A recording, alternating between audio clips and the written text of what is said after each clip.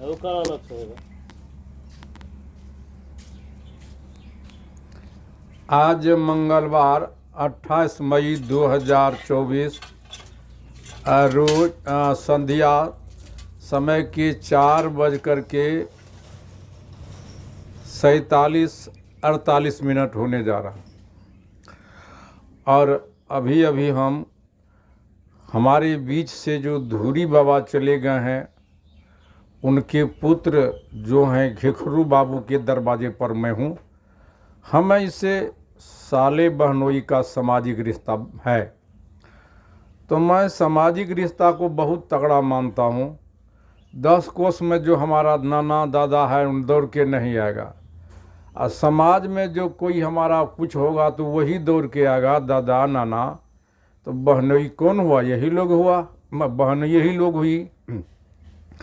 हम तब आते थे बड़ा खुशी जब तक बाबा जिंदा था।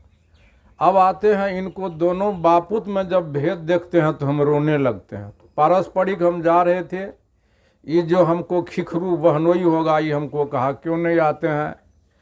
हम के क्या कहूँ, जब हम आपके यहाँ जाते हैं आप नहीं समझते हैं, दोनों बापुत में ही आप झगड़ा करना शुरू कर देते।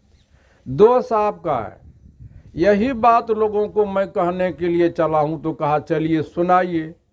माँ बाप से कहाँ भूल हुआ है, आज तक माँ बाप मुड़ करके नहीं देखा, सरासरी दोष लगाता है बाल बच्चे का। तो मैं चुनौती करता हूँ कि सरासरी भूल माँ बाप से हुई है, आज तक मुड़ करके माता पिता झांका नहीं कि हमारा कहाँ गलती हुई है। तो मैं क्या कहूँ, पहला गलती हुआ है निर्माण जगत में। जब किसान जाता है खेती करने के लिए तो क्या सोचता है, मक्का लगाएंगे ना तो हमको कितना चाहिए पूंजी, कम से कम 18-20 हज़ार रुपया चाहिए, तब ये मक्का का खेती हम कर सकते हैं। इसके बाद गेहूं लगाएंगे तो 6-7 हज़ार टका में गेहूं भी फैसला हो जाता। खेसारी चिकना लगाना है तो कोई चास समार कीजिए नहीं कीजिए, नमी देख करके पड़ती में भी छेड़ देता। तो संतान उत्पत्ति के समय में किसान को अनिल उस वक्त जो निर्माण जगत में जाता है, नारी और पुरुष दोनों को सजगता की जरूरी है। जैसा वो बनेगा नारी और पुरुष, उस समय में पुरुष को ब्रह्मचर्य की बहुत बड़ा जरूरी है। ब्रह्मचर्य एक पूंजी है। जैसे बीज को न देखते हैं, झिंगो झिंगली के बीज को सुपाक पकने देते। अब मक्का बेचते हैं हम 2200, 2300, 2100 टका कुंटल, फार्म से बीज लाते हैं 600-700 टका किलो, न देखते हैं। वहाँ बीज का संरक्षण होता है। तो युवावस्था में प्रत्येक मनुष्य का कर्तव्य और दायित्व है ब्रह्मचर्य व्रत का पालन करना।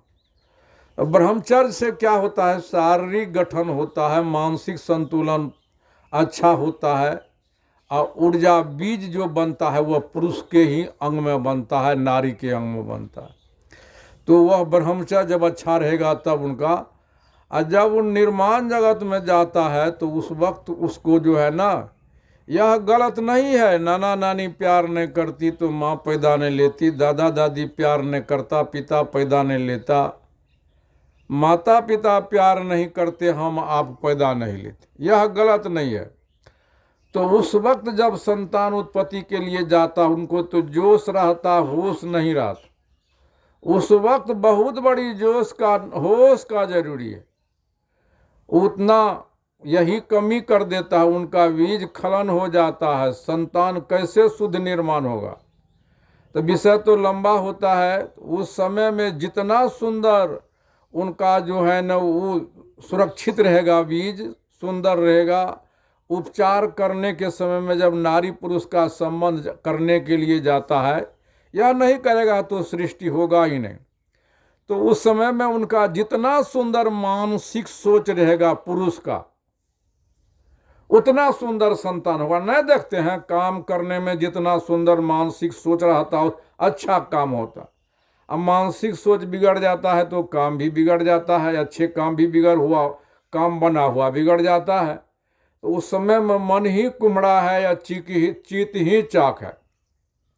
जितना मानसिक संतुलन उसका ठीक रहेगा, मन उस समय में रहता है क्रोधी, ईर्षालु, द्वेष, उस कचरा, तो बच्चा भी उसी तरह पैदा लेता है। और उस समय में बीज जितना सुंदर, क्योंकि कि खेत बड़ा ठीक है, समय बड़ा ठीक है, अब बीज बड़ा, अब बीज बहुत बढ़िया है, अब बोने वाला को ज्ञान नहीं है। पूर्वा पछिया में छेबा हो जाता है, मरुभूमि में जन्मबे न करता, अधिक पानी में दहिए जाता है। तो संतान उत्पत्ति के समय में उस वक्त युवा और युवती को होश चाहिए, जितना मानसिक संतुलन ठीक रहेगा और उनके सुंदर में वह बीज बना हुआ, वह जो है पति पत्नी के साथ उस वक्त वासना में लोग खनन कर देता है, उसी वक्त जरूरी है। न देखते हैं वो कुदरत उनको 1 महीना में जो है ऋतु होता है, 1 महीना में संबंध करना चाहिए, नहीं तो 15 दिन में मिलन होना चाहिए, तब न उसका बीज सबल रहेगा। तो उस समय में खेत ठीक है, समय ठीक है, अब बीज अच्छा नहीं है, फसल हो जाएगा? कभी नहीं होगा। बीजे गड़बड़ा गया तो फसल हो ही नहीं सकता है। अब बीज ठीक है, खेत ठीक है, बुनने वाला को ज्ञान नहीं है, पूर्वा पछिया में छेवा हो जाएगा, मरुभूमि में जन्मबे न करेगा, अधिक पानी में दहिए जाएगा न। अच्छा, तो उस समय में बीज भी ठीक है, खेत भी ठीक है, बोने वाला को ज्ञान नहीं है, पूर्वा पछिया में छेवा हो जाएगा, मरुभूमि में अधिक पानी में दहिए जाएगा। अब बोने वाला को ज्ञान है या खेते अच्छा नहीं है, जिसमें हम शुक्ला बासमती होगा, उसमें खैरी पीछे रोपेंगे तो नहीं होगा। तो उस समय में तीनों की आवश्यकता है। तो खेत बीज समय कंप्लीट है, बीज बो दिया, तो उस समय में सजगता का जरूरी है। उस समय में किसान जब फसल लगा देता है तो बेढ़ा लगाता, निकौनी करता, सींचता है, खाद देता है। गर्भावस्था में नारी को पुरुष से अलग रहना चाहिए, पुरुष को नारी से अलग रहना चाहिए। जितना सुंदर वातावरण में वो रहेगी बहना, उतना सुंदर, मैं क्या कहूँ, मैं रोने लगता, उतना सुंदर वो संतान होगा।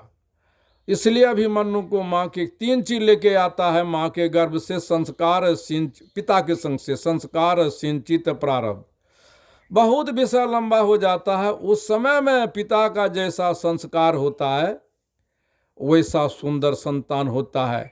और सिंचित, उस समय में यदि पिता गलत काम किया है, किसी का मूलिए उखाड़ के खाया है, तो वह एक बूंद उस कर्म में समाहित हो जाता। जैसे सूरज आसमान में उगता है तो गर्मी यहाँ व्याकुल करता है, तो एक बूंद में जो आप कर्म किए, संस्कार लेके आप ही गए, जो पुनर्जन्म आपका पुत्र हुआ।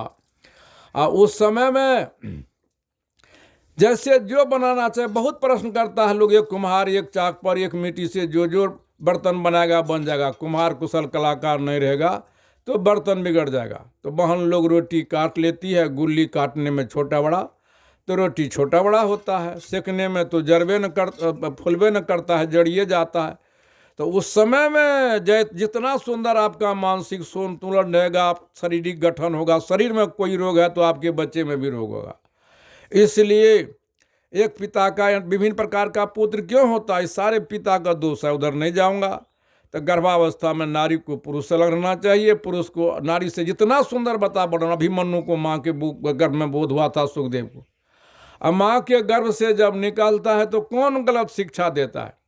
आप ही न कहते हैं, बाबू रे यल सन के, बेल सन के, धोबिया पाट सन के, कुम्हड़ा के चाक सन के, लोहर बा के लाए सन के, बाबू रे पत्थल तोरा बाप वो है। तो आप तो कह दिए पत्थल तेरा बाप है, तो बच्चा पत्थल को बाप समझ लिया, पत्थल को प्रणाम करेगा। मैं हम कुटुंब नारायण की आपको प्रणाम करेगा। आप तो गलती शिक्षा। वो बैजू भी थे, वो भी माही बाप से पैदा लिया था, लेकिन पत्थल किससे पैदा लिया है? आप कहते हैं अब एल सन के, बेल सन के, धोबिया पाट, कुम्हड़ा के चाक, लोहरबा के लहे सन के, बाबू रे मट के मुखड़ा तोरा माइयो है। तो मैं विचारने के लिए कहता हूँ, इन्हें कहता मेरा बात को मानिए। तो मैं पूछता हूँ, बहन हमारी कह देती उनको तोरा मट के मुखड़ा तोरा माँ है। तो मट के मुखड़ा, तो बच्चा मट के मुखड़ा के माँ कहते कि माँ के माँ कहते, और वही मट के मुखड़ा के क्या दिन दर्द भेले है, ककरा ककरा बाल बच्चा भेले, ककरा तेल उठकोन लगल के, ककरा भेटुआ से दूध पियल के। तऽ बच्चा तऽ अपना मायके ठोकरा दै छै, ओहि मायके माय कहै छै। आब विशेष की कहब, कोयल पक्षी होइ छै, घोसला नहि बनबय आबै छै। कौआ देखै छै जतऽ हमर घोसला छै, अंडा देल छै, कौआके जतऽ घोसला छै अंडा देल छै। कोयल बड़ा चतुर होइ छै, परपोषण होइ छै। कोयल जाइ छै आ ओकरा अंडाके गिरा दै छै, अपन अंडा दए दै छै। कोयल दौड़ दौड़ के जाइ छै, झाँकै छै। कौआ कहलक हमरा कन किया आबैया। वास्तविकमे कौआ चौंकैत रहै छै। जब बच्चा होइ छै तऽ कोयल गेल दाना लेलक, कहलक कू, आ कौओ गेल कू, कौआ खारलक। की कमी छै कौआके? आँखि कौओके छै, आँखि कोयलोके छै। ज्ञान कौओके छै, ज्ञान कोयलोके छै। फर्क की छै? कौआके परख नहि छै। परख रहतियै तऽ ओ अंडाके फोड़ देतियै। जे दिन कोयलके बच्चा कू बनि जाइ छै, कौआ निराश भए जाइ छै ने। केकर दोष छै? माय बापके दोष से। विषय लंबा होइ छै। अब सुधरतै कोना से बार बार कहै लए आबै छी। ओकरो कहै छियै रे भागिन, अहाँ सबके इहो तऽ कहबै एक दिन जे सुनही ने, अरे ममोजीके बात पहिले हमहूँ सुनै छियै, सबटा बात हमरे गलती भए गेलै। सुनबै तब समझबै तब ने जे नीक बात कहै छियै गलती। हमरा ई ज्ञान देलकैए तेँ कहै छियै। तऽ एही खातिर बाल बच्चाके लोक पोसै छै, वृक्ष फल लगेतै, गाय दूध देतै, सेवा करतै। क्या सेवा नहि होइ छै? इएह माय बाप गलती शिक्षा दै छै, तेँ सेवा नहि होइ छै। हम एही वाणीमे विराम दै छी। विषय तऽ लम्बा होइ छै, तऽ तेँ लऽ कऽ एकर हम प्रमाणित सुधारैके बात करै छियै। आब कोना सुधरतै ओहि विषयके राखै छी। एही शब्दक साथ हम अहाँके बदगी करै छी और अपना वाणीके विराम दै छी।